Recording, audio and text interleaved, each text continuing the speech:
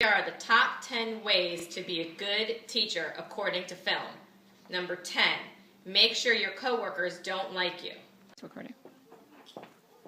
Oh my gosh, I had the greatest compliment today. Cooper, he started out so low, and I know his parents are so happy with his game. He's doing tremendous work. Administration was so supportive. They're so happy with what's going on in my classroom. They're going to want you guys to come in and observe what I've been doing during reading group time, so you can see. They want you to model that in your classroom. I've been sending him to the reading specialist and skills teacher. The parents are so thrilled with it, and he's doing great. I think he's going to move to first grade. Good for you. That's just great, Allison. So impressive. Yeah, let me know when you ladies want to come in and observe. We'll let you know. We need to flip that head a little bit. We do. She just thinks she's so good at everything. Everything's always perfect in her classurm. For us to come and observe, I don't understand. Why do we have to observe her? I think she needs to come observe us. I think that's the case. 9, the administration is your enemy. Oh my God, it's been the longest week ever. Hey guys, I just got through with another meeting with Principal Smith. Oh my God, you and me both. I had one last week. Man, mine's coming up tomorrow. I don't know what we're going to do. I just feel like the principals aren't supporting us at all this year. Every time I've had a problem with one of the parents, he takes the parent's side.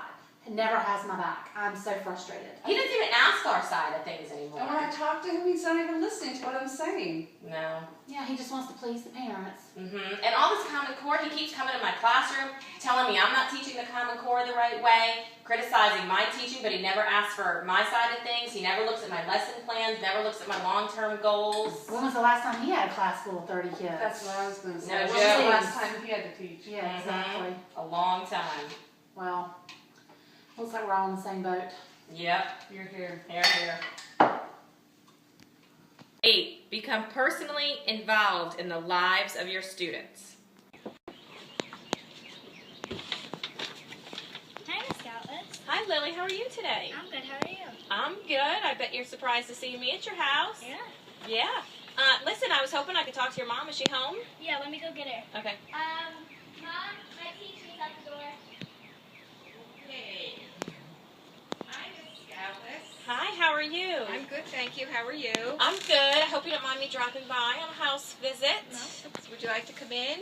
No, that's okay. You know, I'm just here to drop this off. I was talking to Lily the other day, and she was having a hard time getting her work done. She said she was hungry. And so her and I started talking a little bit, and she just mentioned that you and your husband are having some hard times with your bills right now, and that buying food is getting more difficult, and she's just said that she's hungry and she wishes there was more food in the pantry. So I hope you don't mind, but I stopped by the grocery store and just picked up a couple things that hopefully you and Lily and your husband will appreciate, and hopefully all the kids here will like it. So hopefully you won't mind, but that's just a little something to help you out through this difficult time. Well, thank you very much. We appreciate it. You're And welcome. I'm sure the kids will love this. Thank you. It was very thoughtful I of you. hope it helps. Thank Okay, you. Thank you. Have a good day. Bye-bye. 7, show self-doubt. Consider quitting your job. I just don't know if I can do it anymore. All we do is test these kids. They're bored out of their minds. They don't listen to anything I say. I don't complain to my administration. The principals don't care. They're not supportive of the teachers anymore. I work too much. I'm working all these hours. We don't have enough money. I have 2 jobs. I just think it's time to do something else with my life. I don't know if teaching's for me anymore. Honey, you love those kids. You're a great teacher. You need to stick with it. I'll support you either way. Oh, thank you. Number 6, prove to those coworkers who don't like you that every kid can learn. I know inside this envelope holds the results of our ERBs, and I know everybody passed because every student can learn.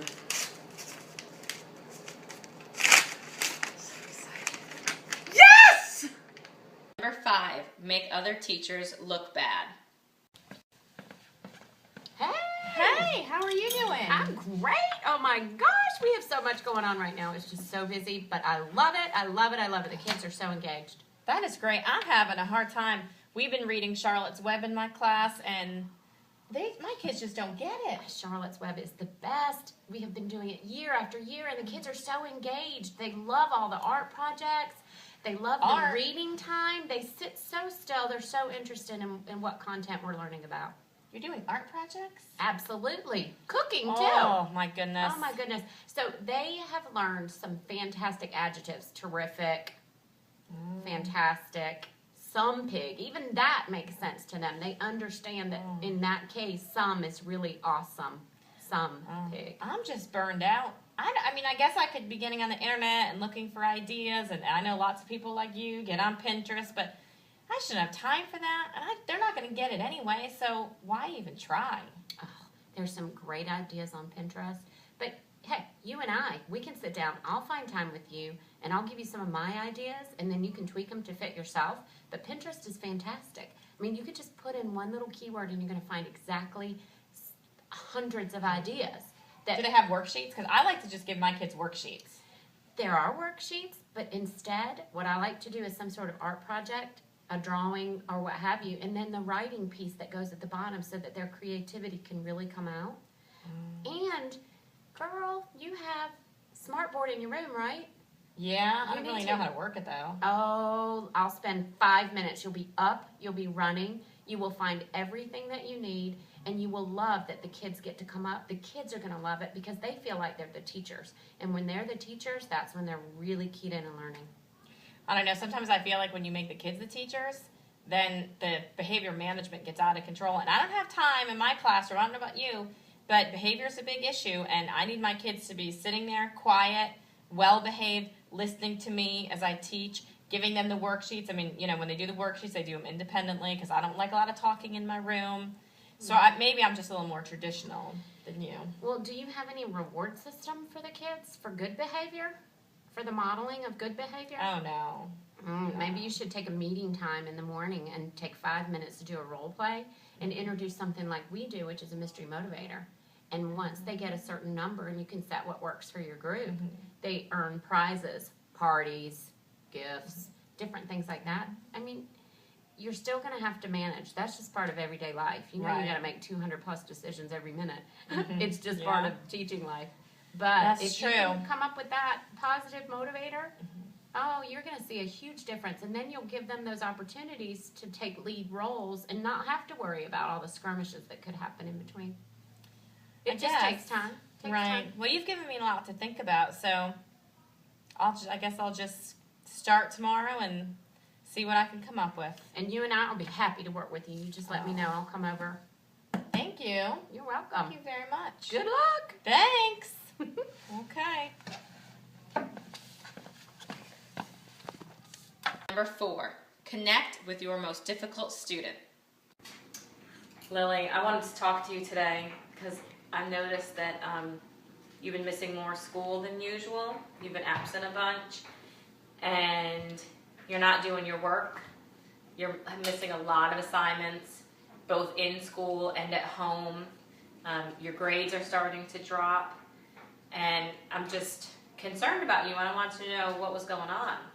Well, at home, my parents are getting divorced, and my brother is also, like, he gets into a lot of things, and he had to go live with my aunt, and it's like no one pays attention to me, so I try and get everything out of me at school, but it never works.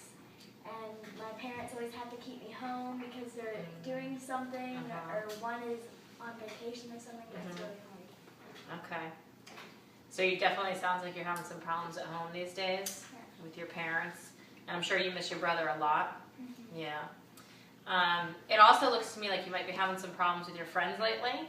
I see you and some of the girls kind of arguing in the hallway, and sometimes you sit by yourself at lunch, and you never used to do that. You were always with a big group of friends.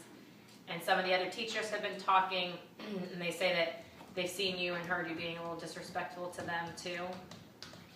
I don't get to see them a lot, and I don't really know them, but I try and make friends, but everybody knows that I'm not here a lot, so they want to kind of stay away from me, and they always get into arguments. I argue back because I don't really know what to do. Okay. So you feel pretty alone?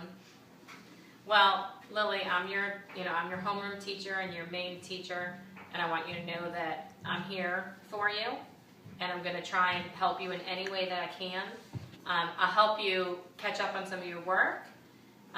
I'll try and maybe call your parents and see if there's anything I can do to help them at home or to help them make sure you get here every day, because it's really important that you're at school every day, okay? Maybe you can start, we can start eating lunch together a couple days a week and talking, and we have a really great counselor, and she comes in and talks to us, to our class sometimes, so maybe you can start seeing her too, okay? Okay, thank you. Okay, I'm here for you. 3, personalize the curriculum to meet the needs of all of your students. Hi, Mommy. You've been working for a long time, so I decided to bring me some coffee. Oh, thank you, honey. That was very sweet of you. I know I've been working for a couple hours now, and I don't really think I'm quite finished yet. What are you doing? Well, my first graders, we just started learning about time, and I have 20 kids, and they all know different things about time already, so I have to break them up into 4 groups. So, like with my first group, they're still learning the difference between AM and PM, and how long is a minute and how long is an hour. So I'm coming up with a bunch of stuff to do with them. And then my second group, they're reading time to the hour and half hours, like 3 o'clock and 3:30. And then I have a group who can do both of those things, but they're ready to go to quarter hour, like 2:15, and minutes, like 2:36. But then I have one group who's really high. They're higher than all the rest. They've been studying time for a long time. They're super smart. And so them, I have to kind of enrich the curriculum a little bit. So we're going to do elapsed time. So it would be something along the lines of, we start Spanish 8 o'clock and we end at 8:30. How long was Spanish class? And they have to know it was 30 minutes. So I just, it's going to take me a while, but I really want to make sure that I'm hitting the needs of all the kids so that I'm differentiating my curriculum to meet the needs of all of my students. It's hard work being a teacher. It sounds like it. It is. Well, I'm going to go to bed now, Mommy. I hope you get your work done. Oh, thank you, sweetie. Good night. Night. Number 2, take risks. Hey Sue, how are you doing? Hey Mel, good. What's up? I need your help. I've got this kid, Jerome, that didn't test for the services in reading, and I really think he needs it. I know the extra help will help him, and I know it's been in the rules a little bit, but I really need your help this time. Is there anything you can do?